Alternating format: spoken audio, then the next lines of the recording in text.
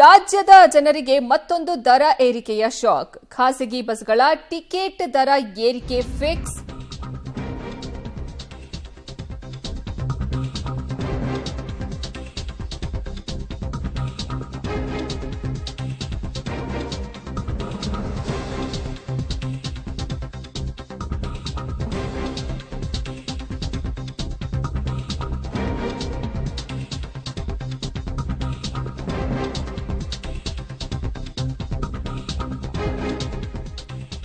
ರಾಜ್ಯದ ಜನರಿಗೆ ಮತ್ತೊಂದು ದರ ಏರಿಕೆಯ ಶಾಕ್ ಎದುರಾಗ್ತಾ ಇದೆ. ಖಾಸಗಿ ಬಸ್ಗಳ ಟಿಕೆಟ್ ದರ ಏರಿಕೆ ಫಿಕ್ಸ್. ದರ ಹೆಚ್ಚಿಸಲು ಖಾಸಗಿ ಬಸ್ಗಳ ಒಕ್ಕೂಟ ನಿರ್ಧಾರವನ್ನ ಮಾಡ್ತಾ ಇದೆ.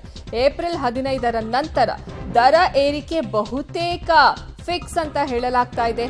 ಶೇಕಡ 15ರಿಂದ ಶೇಕಡ 20ರಷ್ಟು ದರ ಏರಿಕೆಗೆ ನಿರ್ಧಾರವನ್ನ ಮಾಡಲಾಗಿದೆ.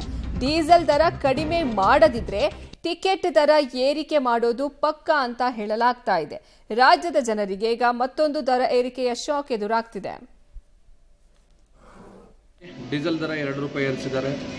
ಅದೇ ರೀತಿಯಲ್ಲಿ ಕೇಂದ್ರವು ಕೂಡ ತನ್ನ ಅಬಕಾರಿ ಸುಂಕವನ್ನು ಏರಿಸಿದ್ದಾರೆ. ಇದು ದೊಡ್ಡ ಮಟ್ಟದಲ್ಲಿ ಇವತ್ತು ಸಾರ್ವಜನಿಕರಿಗೆ ಒಂದೇ ಅಲ್ಲ, ಖಾಸಗಿ ಸಾರಿಗೆ ಸಂಘಟನೆಗಳಿಗೆ, ಖಾಸಗಿ ಸಾರಿಗೆಗೆ ದೊಡ್ಡ ಮಟ್ಟದಲ್ಲಿ ಹೊಡೆತ ಬೀಳ್ತಾ ಇದೆ. ನಾವು ಕೂಡ ಇವತ್ತು ಅನಿವಾರ್ಯ ಪರಿಸ್ಥಿತಿಯಲ್ಲಿದ್ದು, ಈಗ ಆಲ್ರೆಡಿ ಶಕ್ತಿ ಯೋಜನೆಯಿಂದ ಕುಗ್ಗಿ ಹೋಗಿರ್ತಕ್ಕಂಥ ಒಂದು ಉದ್ದಿಮೆಗೆ ಮತ್ತೊಮ್ಮೆ ಬರೆ ಎಳೆಯುವಂಥ ಕೆಲಸ ಆಗಿದೆ. ನಾವು ವಿಧಿ ಇಲ್ಲದೆ ಇವತ್ತು ಖಾಸಗಿಯವರೇ ಕೂಡ ದರವನ್ನು ಹೆಚ್ಚು ಮಾಡುವಂಥ ಪರಿಸ್ಥಿತಿಯಲ್ಲಿ ಬಂದಿದ್ದೀವಿ.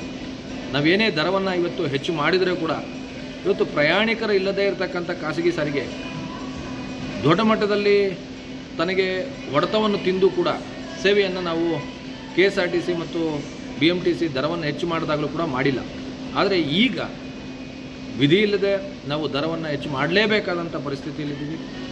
15ನೇ ತಾರೀಕಿನ ನಂತರದಲ್ಲಿ ಏನು ಟ್ರಕ್ ಮಾಲೀಕರು ಇವತ್ತು 15ನೇ ತಾರೀಕು ತನಕ ಒಂದು ಗಡುವನ್ನು ಕೊಟ್ಟಿದ್ದಾರೆ. ಆ ಗಡುವಿನ ಒಳಗೆ ಸರ್ಕಾರ ತನ್ನ ದರದ ಇದನ್ನು ಏನು ಇವತ್ತು ಹೈಕ್ ಮಾಡಿದ್ದಾರೆ ₹2 ಅದನ್ನು ವಾಪಸ್ ಪಡ್ಕೊಳ್ಳದೆ ಹೋದರೆ ನಾವು ಕೂಡ ಟ್ರಕ್ ಮಾಲೀಕರ ಜೊತೆಯಲ್ಲಿ ಒಂದು ಹೋರಾಟವನ್ನು ಮಾಡಬೇಕಾಗುತ್ತೆ, ಅಥವಾ ಪ್ರತ್ಯೇಕವಾಗಿ ಒಂದು ಹೋರಾಟಕ್ಕೆ ನಾವು ಕರೆಯನ್ನು ಕೊಡಬೇಕಾಗುತ್ತೆ ಅಂತ ಹೇಳಿಕ್ಕೆ ಬಯಸ್ತೀವಿ. ಈ ಬಗ್ಗೆ ಹೆಚ್ಚಿನ ಮಾಹಿತಿ ನೀಡ್ತಾರೆ ನಮ್ಮ ಪ್ರತಿನಿಧಿ ಪ್ರಕಾಶ್ ಸಂಪರ್ಕದಲ್ಲಿದ್ದಾರೆ. ಪ್ರಕಾಶ್, ಈಗ ಆಲ್ರೆಡಿ ದರ ಏರಿಕೆಯಿಂದ ಜನ ಬೇಸತ್ತು ಹೋಗಿದ್ದಾರೆ. ಇದ್ರ ಮಧ್ಯೆ ಗಾಯದ ಮೇಲೆ ಬರ ಎಳೆದಂತೆ ಈಗ ಈ ಖಾಸಗಿ ಬಸ್ನವರು ಸಹ ದರ ಏರಿಕೆಗೆ ಮುಂದಾಗ್ತಿದ್ದಾರೆ. ಯಾವಾಗ್ಲಿಂದ ಇದು ಇಂಪ್ಲಿಮೆಂಟ್ ಆಗುತ್ತೆ? ಇನ್ನು ಸರ್ಕಾರ ಇವ್ರಿಗೇನಾದ್ರೂ ಏನು ಸಮಾಧಾನ ಮಾಡೋದು ಅಥವಾ ಅವ್ರ ಜೊತೆ ಮಾತುಕತೆ ನಡೆಸೋದು, ಚರ್ಚೆ ಮಾಡೋ ನಿಟ್ಟಿನಲ್ಲಿ ಏನಾದ್ರೂ ಪ್ಲಾನ್ ಮಾಡ್ತಾ ಇದೆಯಾ, ಹೇಗೆ? ಸದ್ಯಕ್ಕೆ ಖಾಸಗಿ ಬಸ್ ಮಾಲೀಕರ ಸಂಘ ಏನಿದೆ, ಈಗ ಸರ್ಕಾರಕ್ಕೆ ಒಂದಿಷ್ಟು ಬೇಡಿಕೆಗಳನ್ನ ಮುಂದಿಟ್ಟಿದೆ. ಸರ್ಕಾರ ನಮ್ಮ ಬೇಡಿಕೆಗಳಿಗೆ ಸ್ಪಂದಿಸದಿದ್ರೆ ಅನಿವಾರ್ಯವಾಗಿ ನಾವು ಬೇರೆ ರೀತಿಯ ಹೋರಾಟದ ಹಾದಿಯನ್ನ ಇಳಿತೀವಿ ಅಂತ ಹೇಳಿ ಈಗಾಗಲೇ ಕ್ಯಾಬ್ ಮತ್ತೆ ಬೇರೆ ಬೇರೆ ಟ್ಯಾಕ್ಸಿಗಳು, ಅದು ಖಾಸಗಿ ಟ್ಯಾಕ್ಸಿ ಮತ್ತೆ ಕ್ಯಾಬ್ಗಳ ದರ ಏರಿಕೆಯನ್ನ ಮಾಡ್ಲಿಕ್ಕೆ ಮುಂದಾಗಿದ್ರು. ಆ ವಿಚಾರದಲ್ಲಿ ಕೂಡ ದರ ಏರಿಕೆಯನ್ನ ಮಾಡಲಾಗಿದೆ. ಆದ್ರೆ ಖಾಸಗಿ ಬಸ್ಗಳ ವಿಚಾರದಲ್ಲಿ ದರ ಏರಿಕೆ ಮಾಡಿರ್ಲಿಲ್ಲ. ಅನಿವಾರ್ಯ ಈಗ ಡೀಸೆಲ್ ಮತ್ತೆ ಪೆಟ್ರೋಲ್ ದರ ಕೂಡ ಏರಿಕೆ ಆಗ್ತಾ ಇದೆ. ಸೊ ಹಾಗಾಗಿ ನಿರ್ವಹಣೆ ಮಾಡೋದಕ್ಕೆ ಕಷ್ಟ ಆಗ್ತಾ ಇದೆ. ನಮ್ಗೆ ಬೆಲೆ ಏರಿಕೆ ಮಾಡುವಂತದ್ದು ಅನಿವಾರ್ಯ ಇದೆ, ಬೇರೆ ಆಪ್ಷನ್ ಇಲ್ಲ ಅನ್ನುವಂತಹ ಕಾರಣಕ್ಕಾಗಿ ಈಗ ಮತ್ತೆ ದರ ಏರಿಕೆಯನ್ನ ಮಾಡೋದಕ್ಕೆ ಖಾಸಗಿ ಬಸ್ ಮಾಲೀಕರ ಸಂಘದವರು ಈಗ ತೀರ್ಮಾನ ಮಾಡಿದ್ದಾರೆ. ಸುಮಾರು 15ರಿಂದ 20% ತನಕಲೂ ಕೂಡ ದರ ಏರಿಕೆ ಮಾಡಬೇಕು ಅನ್ನುವಂತಹ ನಿರ್ಧಾರವನ್ನ ಮಾಡಿದ್ದಾರೆ.